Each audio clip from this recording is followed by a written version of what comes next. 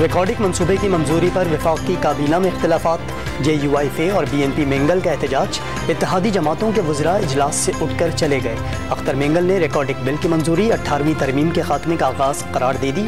Party کی core committee کا مشاورتی اجلاس 15 دسمبر کو طلب، حکومت سے علیحدگی پر غور کیا جائے گا۔ وفاق کی وزیر میاں جاوید لطیف کا ریکارڈنگ بل میں ترامیم لانے کا اشارہ، 1-2 دن میں شکایات دور کرنے کی یقین دہانی کرا دی۔ نیب ترامیم بغیر بحث جلد بازی میں منظور کی گئی۔ نیب کی ترامیم کی ہدایت کرنے والوں کو اصل میں فائدہ پہنچا، کیا ایسی صورت میں عدلیہ ہاتھ باندھ کر تماشا دیکھے؟ جسٹس اعجاز الاحسن کا استفسار۔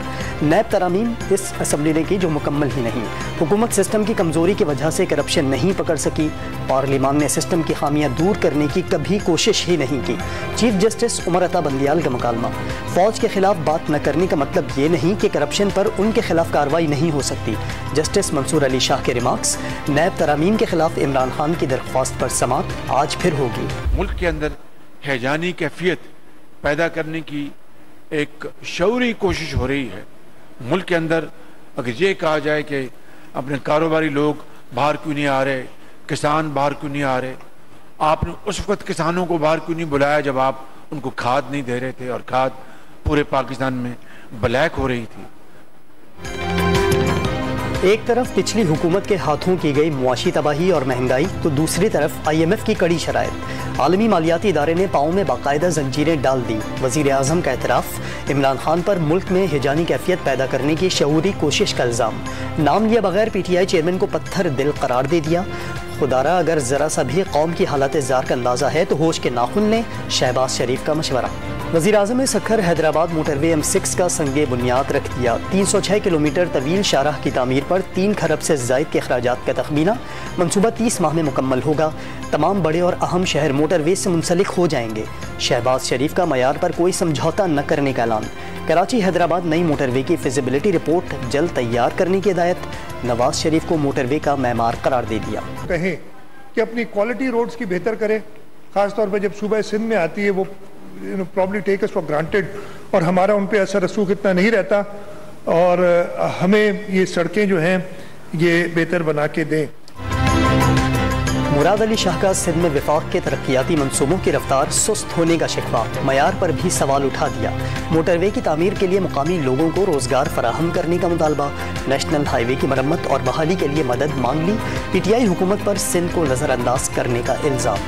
17 دسمبر کو لاہور کے لبرٹی چوک جلسے میں پنجاب اسمبلی کی تحلیل کا اعلان متوقع، عمران خان کی زیر صدارت اجلاس میں بڑا فیصلہ، PTI چیئرمین جلسے سے ویڈیو لنک خطاب کریں گے۔ حماد اظہر کی تصدیق، پرویز خٹک نے حکومت سے کسی بھی قسم کے مذاکرات کی تردید کر دی۔ نہ کوئی مذاکرات نہیں ہوئے کیونکہ وہ سیریس نہیں ہیں، تو جب وہ سیریس ہوں گے تو مذاکرات۔ پنجاب کی اسمبلی دسمبر میں ہی وہ ڈیزالو کریں گے اور اس کے بعد KP کی اسمبلی ہوگی۔ اس کا مقصد یہ ہے کہ اس وقت جو ملک کے حالات ہیں، اکانومی کے حالات ہیں، کاروبار کے حالات ہیں، واحد حل اس وقت جنرل الیکشن ہے۔ پہلے پنجاب اسمبلی تحلیل ہوگی، پھر خیبر پختونخوا اسمبلی کی باری آئے گی۔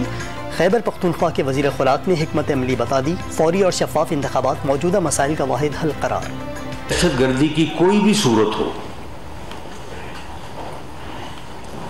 اس کے پیچھے کہیں نہ کہیں جو ہے وہ انڈیا کی جو ہے وہ انوالومنٹ جو ہے وہ نظر آتی ہے۔ بھارت پاکستان میں دہشت گردی میں ملوث، ہر واقعے کے پیچھے بھارت کا ہاتھ نکلتا ہے۔ ایجنسیوں نے دہشت گردی کے واضح ثبوت پکڑے۔ کلبھوشن کی بلوچستان سے گرفتاری بھارت کی دہشت گردی کا سب سے بڑا ثبوت ہے۔ وزیر داخلہ رانا ثناء اللہ کی پریس کانفرنس، پڑوسی ملک کا مکروہ چہرہ دنیا کے سامنے بے نقاب کرتے رہنے کا عزم۔ پہلے 24 گھنٹے کے اندر ہم نے انیشیل 3 دہشت گردوں کو گرفتار کر لیا تھا۔ جہاں تک سمیع الحق کا تعلق ہے تو اس کے پاس سے جو فورن کرنسی برآمد ہوئی تھی سارے کا سارا انڈین سپانسرڈ تھا، انڈین فائنانس تھا سارے کا سارا۔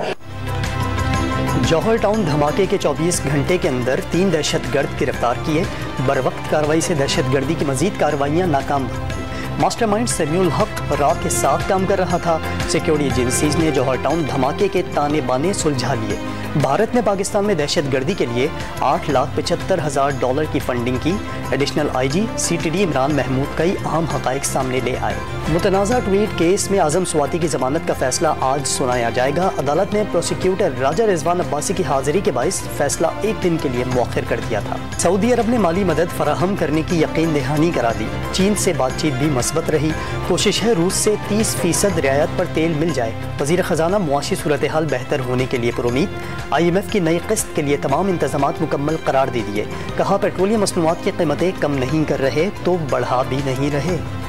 افغانستان کے مسائل کے حل کے لیے اقوام عالم کو کردار ادا کرنا چاہیے۔ بلاول بھٹو زرداری نے پرامن اور مستحکم افغانستان کو خطے اور پاکستان کے مفاد میں قرار دے دیا۔ وزیر خارجہ کا غیر ملکی میڈیا کو انٹرویو، واضح کر دیا علاقائی امن و استحکام کے لیے پاکستان کا کردار ڈھکا چھپا نہیں۔ تمام ممالک سے باہمی احترام پر مبنی تعلقات کی خواہش کا اظہار۔ امریکہ پہنچنے پر بلاول بھٹو زرداری کا نیو یارک کے ہوائی اڈے پر استقبال۔ خیبر پختونخوا میں گیس کا بحران شدت اختیار کر گیا۔ رات 9 سے صبح 5 بجے تک CNG اسٹیشنز کو گیس کی فراہمی بند۔ گھریلو استعمال کے لیے بھی گیس دستیاب نہیں۔ چولہے ٹھنڈے رہنا معمول بن گیا۔ ارشد شریف قتل کیس کی JIT نے شہادتیں قلم بند کرنے کے لیے فہرست تیار کر لی۔ گواہوں کو آج طلب کر لیا گیا۔ طبیعت خراب ہونے کے باعث ارشد شریف کی والدہ کی JIT سے ملاقات نہ ہو سکی۔ سندھ کے تعلیمی اداروں میں سردیوں کی چھٹیوں کا اعلان۔ 22 سے 31 دسمبر تک تمام سرکاری اور نجی تعلیمی ادارے بند رہیں گے۔ صوبائی محکمہ تعلیم کا نوٹیفیکیشن جاری۔ کراچی میں پارکنگ فیس ختم کیے جانے کے باوجود پارکنگ مافیا کی منمانی نہ روکی جا سکی۔ یونیورسٹی روڈ پر غیر قانونی چارج پارکنگ کے خلاف ایکشن۔ ملزمان KMC کی جعلی پرچیوں سمیت پولیس کے حوالے۔ کراچی ٹیسٹ کے لیے انگلینڈ اور پاکستان کی ٹیم آج دوپہر شہر قائد پہنچیں گی۔ فاسٹ بالر نسیم شاہ انجری کے باعث ملتان کے بعد کراچی ٹیسٹ سے بھی باہر۔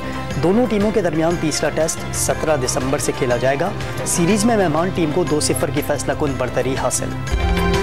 نیوزی لینڈ کے دورے پاکستان کا ترمیم شدہ شیڈیول جاری۔ سیریز کا آغاز اب 26 دسمبر سے ہوگا۔ پہلا ٹیسٹ 26 سے 30 دسمبر تک کراچی، جبکہ دوسرا 3 سے 7 جنوری تک ملتان میں شیڈیول۔ ون ڈے سیریز کے میچز 10، 12 اور 14 جنوری کو کراچی میں کھیلے جائیں گے۔ فیفا ورلڈ کپ کا سیمی فائنل مرحلہ، ارجنٹائن اور کروشیا کا آمنا سامنا۔ دوسرے سیمی فائنل میں آج مراکش اور دفاعی چیمپئن فرانس کا ٹاکرا ہوگا۔